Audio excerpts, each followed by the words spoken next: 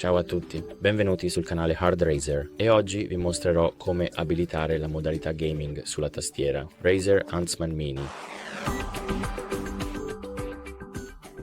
Quindi la prima cosa che faremo, ci sono due modi per farlo. Quindi il primo modo è semplicemente andare all'app Razer Synapse e poi alla tua tastiera.